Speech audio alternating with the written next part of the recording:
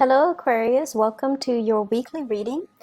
Your spiritual advice here is coming out for the love portion. So I'm going to talk about this first, okay? We have here the High Priestess. And the High Priestess is almost like looking at a situation from a space of higher wisdom, tolerance, as well as intuition. So this is a card about a revelation. She's unveiling something. She's coming across some information, and she's using her intuition as a guide to tell her what to do, and she needs to also always listen to her intuition. When it comes to this deck, this is an image of somebody that has a lot of wisdom, has a lot of insights into human characters, and it's also somebody that is a little bit on the colder end. They're hard to reach, they're hard to read. People don't immediately recognize what it is that you're trying to say, what it is that you're trying to communicate, or what it is that you're thinking. So a lot of the times they have trouble reading you. They have trouble understanding your intentions. And I feel like this is a week for you to be very careful about your communication with significant others, with your crush, with your love interest, mainly because that veil is covered. So it's like you might think that you're making a joke, but they might not think so. And as a result of it, they might get offended, they might get hurt. And it leads here to this situation, the Five of Swords, where harsh words are being exchanged, where there is conflict, where there is argument, where two people cannot see eye to eye. This is the energy of your partner or your love interest. I have a sword, very strong sword energy, so you might be dealing with like another air sign where the two of you are very, very similar. However, the communication itself, and because, if it's, I feel like it's not so much the actual communication, but it's more the intentions behind it. They don't really know your intentions, or the two of you are at a point where the communication is not flowing really well. One person says this, but they're only revealing half of the story, and then the other person misinterprets and thinks it's something else. So coordinating expectations for one another, that's going to be a huge problem. And it's really important for you both to spell things out. So I feel like you're in a situation where there's a lot of tension. It could be sexual in nature. That's what I'm feeling, because this woman, she's so detached. And if your partner or your love interest feels that you're withdrawing or you are detaching, it's going to lead to this where they feel like, they're operating from a space where they pick fights. The two of you bicker a lot more, or they might say, like, make offhanded remarks to kind of get a rise out of you, to kind of get something going, mainly because they don't know how you feel, and they might have to revert or resort to this type of tactic just to get an emotional response out of you. What I do feel, though, for those in committed relationships, you are going to be able to sail away from this, okay? This is a card about overcoming difficulties when it comes to hurtful things, when it comes to communication, when it comes overall to relinquishing and letting go of the pains from our past, so that we can move away from that and come to a calmer state of mind, to a calmer state of communication. So for those of you in committed relationships, if there has been bickering, you're going to overcome it, and you're going to reach a space of stability. You're going to be reaching this space where the two of you solidify your relationship. This is the card about the Hierophant, and it usually denotes, a commitment, a situation where the other person is going to be more understanding. They're going to be more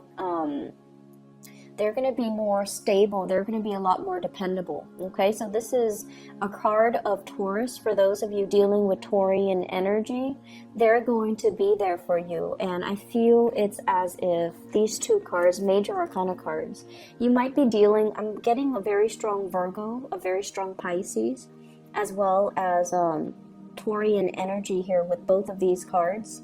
And so you're dealing with those signs. I do feel like, this is a really good match here. the High Priestess and the Hierophant, you and your partner have a lot of things going on. So if you're like this, you have many, many people at your door. You have a lot of projects that you're working on. And this person, they might be very intelligent.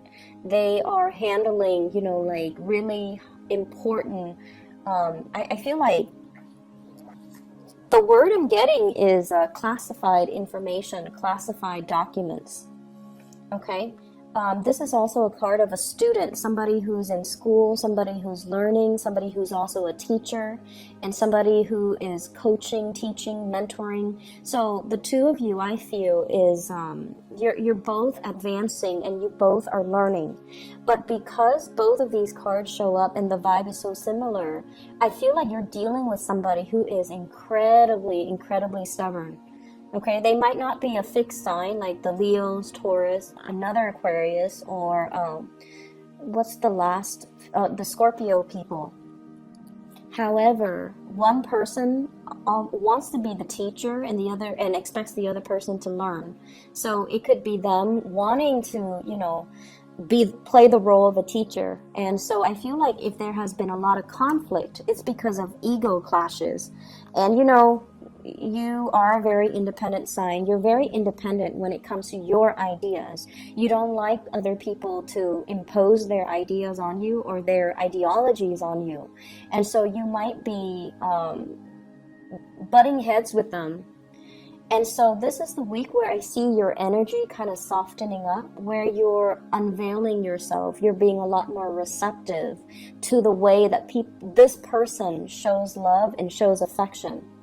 And I feel like a lot of it, the catalyst that allows the two of you to do that is the Ace of Swords. This is truth, communication, revealing how you really feel and allowing the other person to kind of be themselves. If they feel like they want to, you know, be the teacher in the relationship, if they feel like they have a lot of insights, a lot of things that they can offer you, maybe there is some truth to that. So maybe, you know, letting them talk, maybe just letting them be, maybe giving them space, and maybe just having that breakthrough in communication so that the two of you can share. And really, I see a major thing here about you needing to communicate from the heart, needing to as well not be so harsh with communication, so toning it down a little bit.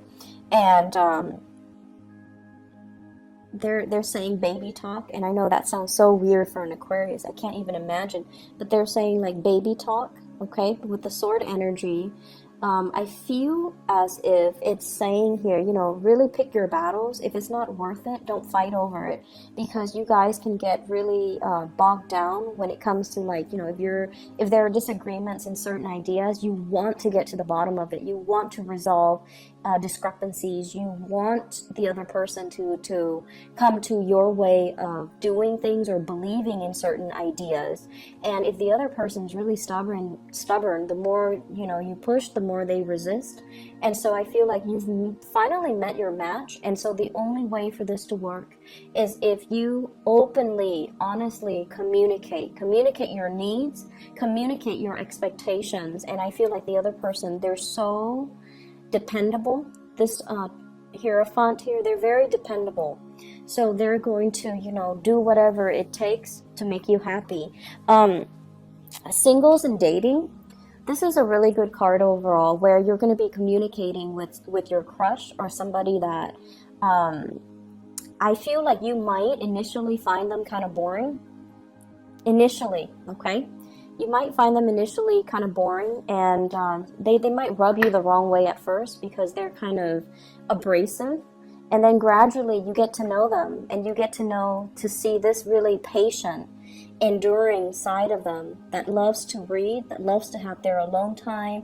They're quite independent, and they're just a pillar of strength and stability and morality as well.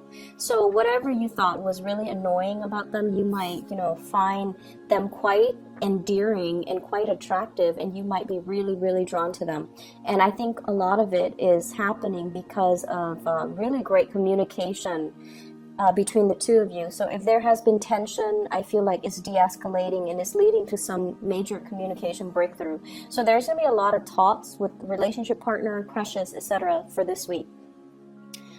Really take the time to kind of open yourself up, because if it's just mental energy, that doesn't really lead to anything. So make sure, you speak from the heart chakra to talk about your dreams, your wishes, your desires, your expectation for the other person, what it is that you really want out of a partner, okay? The other areas of your life, first of all, I have here the Two of Pentacles. This is one of the first cards that jumped out. So the Two of Pentacles, this is like making decisions, weighing the pros and the cons of the decision. And I feel for many of you, you're doing this on the job, okay? Should I waste my time with this client? Is it going to be like a sure thing? Or should I, just cut my losses and work on another account? Should I reject this offer, or should I, take up this offer? So I feel as if many of you are at a job where you are the one that gets to decide, and whatever you decide on is almost like very, very big, and it could affect somebody's livelihood. So you're making really, really difficult decisions. And a lot of the times, Aquarius, you see things in a very black or white type of a way.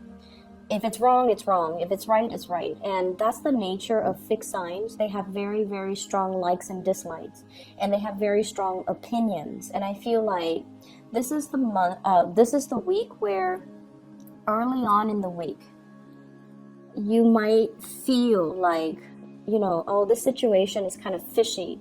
Let me go and, interrogate the other person. Let me get to the bottom of it. Let me, just give them a piece of my mind so that they don't feel like they pull the wool over my eyes. Like, I'm no fool. I want to assert myself, and I also want to, let them know that I know what they're up to. So I feel like there is some sneaky behavior here in your work environment, and I feel like you want to charge in and you want to fix the situation. And in the process of doing that, I feel like things start to ravel, and then you find yourself in this state where you're just like, I'm not really sure if what I thought initially is really the reality. And so you have to go back and redo, and you have to ask for more information. You have to elicit more concrete details from somebody. You have to come in and ask for more, like, tell me exactly what happened and give me more details. How did you feel? What exactly happened after that? So getting things in chronological order. So I feel like what you thought is definitely not, it's not that it's not the reality, but it might not be the right thing. And so you find yourself in a space where you are confused. You feel like you can't really make a decision, and you need more information. And so you ask for information, and then you kind of weigh it out. And I feel like for many of you, it's a very deep, emotional type of a decision that can really affect, not only your finances, but also your emotional state. And I feel like for some of you, this is a situation where you are deciding the fate of somebody. So you have some big responsibilities coming in. I also feel as well, somebody is giving you some options. Somebody's giving you some choices. Do you want to do this or do you want to do that? And none of these choices are like, ideal. And so the advice here is for you to ask more questions. Ask them to clarify. And think fast on your toes and ask them, okay, if I do this, what does that entail? 5 months down the line, what does that entail? So really if you're not ready to have this conversation, wait it out. Just tell them, I have a lot on my plate right now. Can we do this tomorrow? And then when you go home, plan out your course of action, plan out the questions that you're going to be asking, because I feel like there's some major decisions to be had about your future. and or somebody else's future, and it's big decisions, and it needs to be, you know, weighed out very, very thoroughly and very carefully. And so because it seems like, you know, if you're seeing things like in a very binary way, like yes or no, right or wrong, black or white, do I like it or don't I like it, it's not going to be enough. There are a lot of nuances here, and you have to be very careful about how you handle it. Both of these spreads are echoing the same theme, which is that you need to be very clear and succinct with your communication. There's a lot more to the story. There's a lot more behind the scenes that, and the inner workings and the nuances that you're not aware of. So if you were to jump the gun and rush right in, you're going to be at a loss for words because things are going to confuse you. So if you're not ready to have that conversation, if you're not ready because you feel like you don't have all the facts, put a stop to it and just tell your love interest or whoever it is, you know, that you're dealing with. I'm going to take a step away from this. Let us resume this conversation tomorrow, and then come to it tomorrow prepared with your list of questions. Okay? I hope the reading is helpful for you guys. I do wish you all the best. Okay? Take care.